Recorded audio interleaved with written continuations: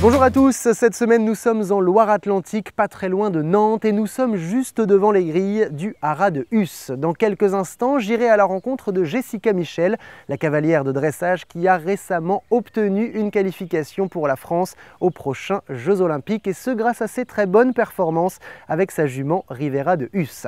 Mais avant d'aller rencontrer Jessica, direction Ardelot pour suivre le CSI 3 étoiles qui s'est déroulé ce week-end.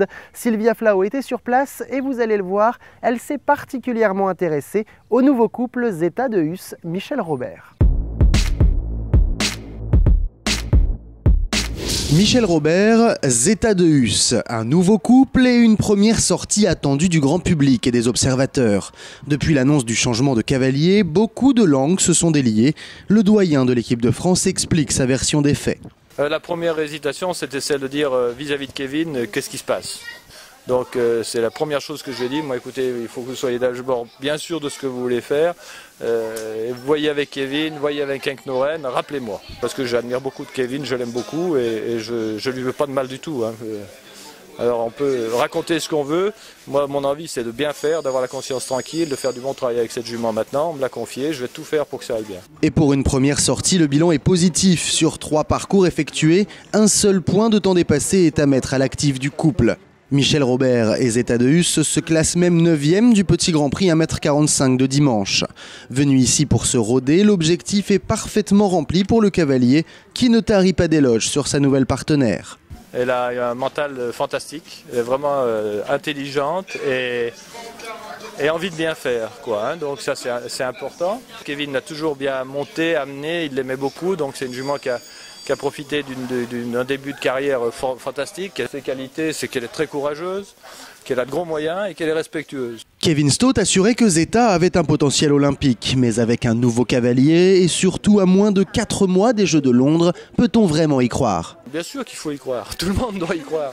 Si on n'y croit pas, c'est pas... j'ai dans ma tête, les Jeux Olympiques, c'est bien sûr que c'est quelque chose qui est un peu loin encore pour moi.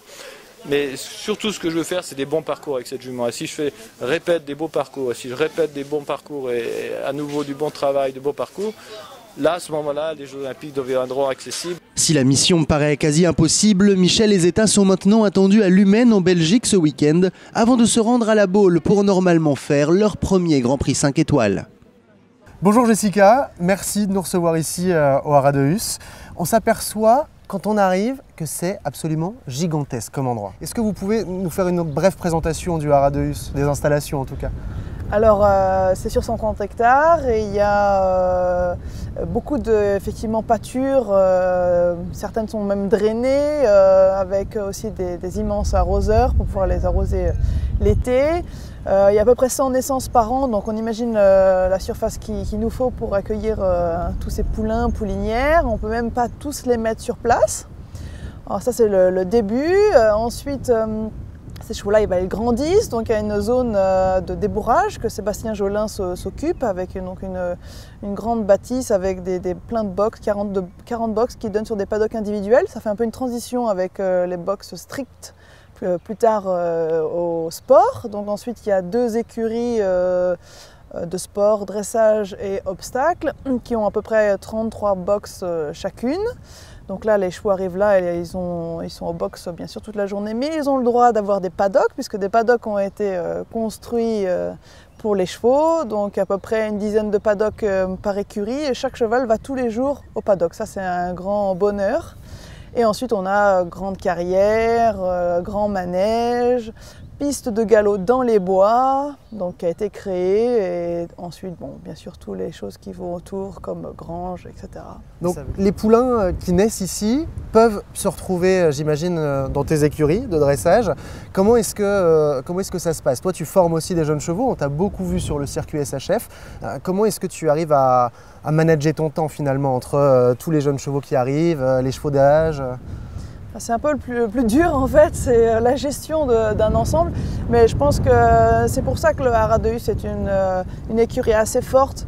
C'est grâce à la possibilité qu'on a ici de voir un peu toute l'évolution. Et c'est important pour le cavalier d'apprendre à juger un cheval de foal jusqu'à 3 ans et plus tard, parce que finalement, il y a des choses qu'on voit foal qu'on voit plus tard.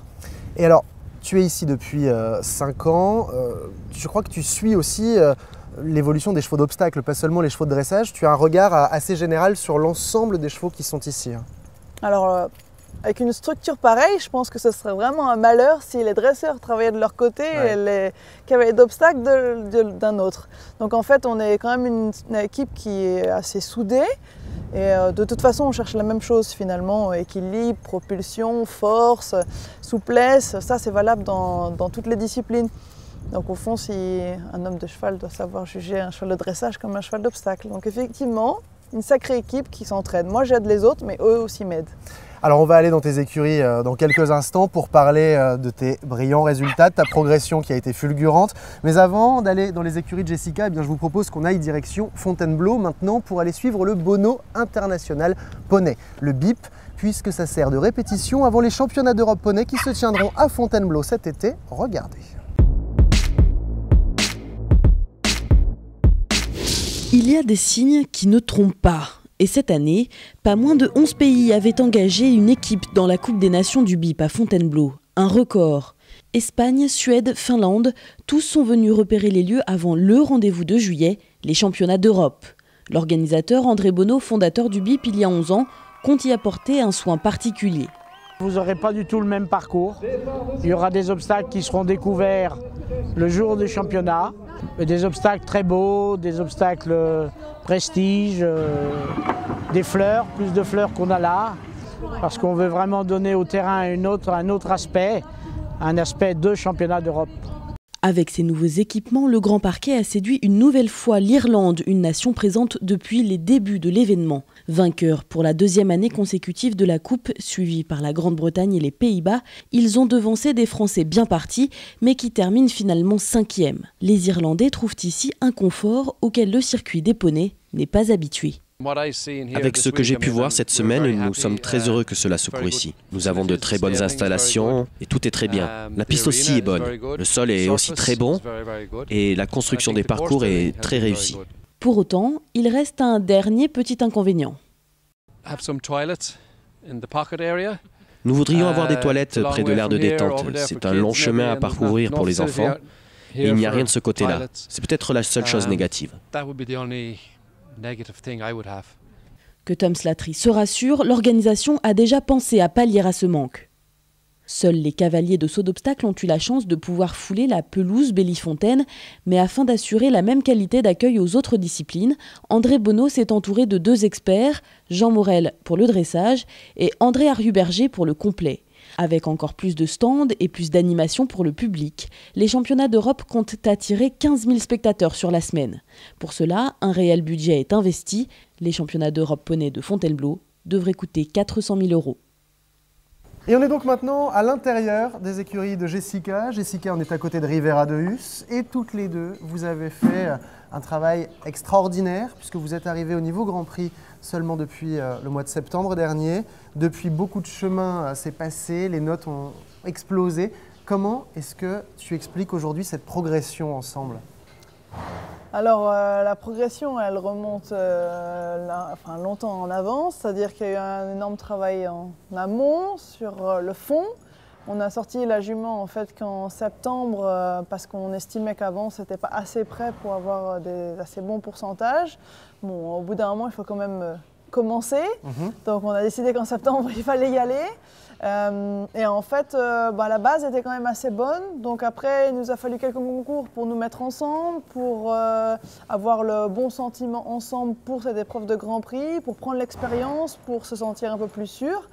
Mais je pense que c'est aussi grâce à ça que la progression s'est fait rapidement, parce que le travail avant a été bien fait. Aujourd'hui, vous en êtes où toutes les deux? Parce qu'il y a eu ces 5 semaines marathon de tournée dans le sud de l'Europe, en Espagne, au Portugal et puis à Vidauban, pour obtenir cette qualification pour la France, cette qualification olympique. Aujourd'hui, vous en êtes où? Encore en période de repos ou bien est-ce qu'on reprend le travail? On a repris le travail, elle a eu des grosses vacances. Toi aussi, j'imagine, un peu moins grosses, ouais. Mais un petit peu aussi, oui, effectivement. Du repos plutôt mental par rapport à la pression qu'il y avait eu pour cette tournée. Maintenant, elle a fait beaucoup d'extérieur, beaucoup de trotting. Elle en avait un peu marre, passage piaffé, les changements de temps, ça, il fallait retrouver un peu de morale. Et maintenant, on a repris bien le travail en vue du CDI de Saumur qui arrive bientôt, fin avril. Et alors, elle n'est pas encore arrivée au niveau optimum qu'elle avait à Vidauban, mais on est très proche. Et même, je pense qu'on va avoir progressé. Et alors, pour l'instant, on ne sait toujours pas qui va aller aux Jeux Olympiques pour la France, puisque tu as réussi à décrocher une place pour la nation, mais pas une place pour toi et pour vous deux. Si il y a Jeux Olympiques cet été, l'objectif des Jeux, c'est quoi? C'est passer le Grand Prix, aller faire le spécial, ou c'est on rêve complètement d'aller être dans la finale individuelle et d'aller faire la cure? Est-ce que c'est possible? Moi, je suis toujours assez réaliste, c'est-à-dire que si demain les Jeux Olympiques ont lieu, alors l'objectif serait effectivement de rentrer dans le Grand Prix spécial, de faire quelque chose de très honnête, qui correspond à ce qu'on a fait dernièrement, parce qu'il ne faut pas oublier que faire une échéance a toujours une influence mentale, oui, donc forcément sur la performance. Maintenant, vu la progression qu'il y a eu en fait depuis septembre jusqu'à maintenant, on peut imaginer que ce soit possible encore de progresser. C'est pas comme si la jument faisait Grand Prix depuis 3 ans et on plafonne. On sait qu'il y a une marge de progression. Donc tout dépend comment la jument et moi allons progresser d'ici août. Mais en tout cas, c'est possible éventuellement, avant les Jeux Olympiques, si on était sélectionné, de se dire « Ah, effectivement, maintenant on a progressé et on peut se mettre comme objectif la finale, la reprise en musique. » Mais au jour d'aujourd'hui, non, ce serait le Grand Prix spécial. Et quel est ton état d'esprit aujourd'hui, alors que on s'imagine que tu seras sélectionné s'il n'y a aucun incident pour aller représenter la France aux Jeux Olympiques? Tu es encore dans l'attente quand même? Comment est-ce que tu te sens moralement, mentalement, dans la vie de tous les jours? Plutôt très bien en fait. Ouais. L'objectif, le gros objectif qu'il y avait, et bon, pour tous les Français, c'était d'obtenir éventuellement donc, une ou des places pour la France. Et ça a eu une puissance, une pression très importante sur moi, sur l'équipe ici au Haras de Huss, parce que je ne suis pas la seule à travailler pour Rivera. Et du coup, c'était tellement de pression, finir par cette tournée de 5 semaines avec une date, butoir, où on ne pouvait pas dépasser. C'était juste horrible à la fin. Et depuis que cette date est passée, que la place pour la France est obtenue, même si je sais que ce n'est pas pour Rivera et moi, je suis juste soulagée. Bien, merci beaucoup, Jessica, de nous avoir reçus ici dans tes écuries et au Haras de Huss. Bon courage pour la suite et puis bonne reprise alors au CDI de Saumur. Merci beaucoup. Merci Mehdi.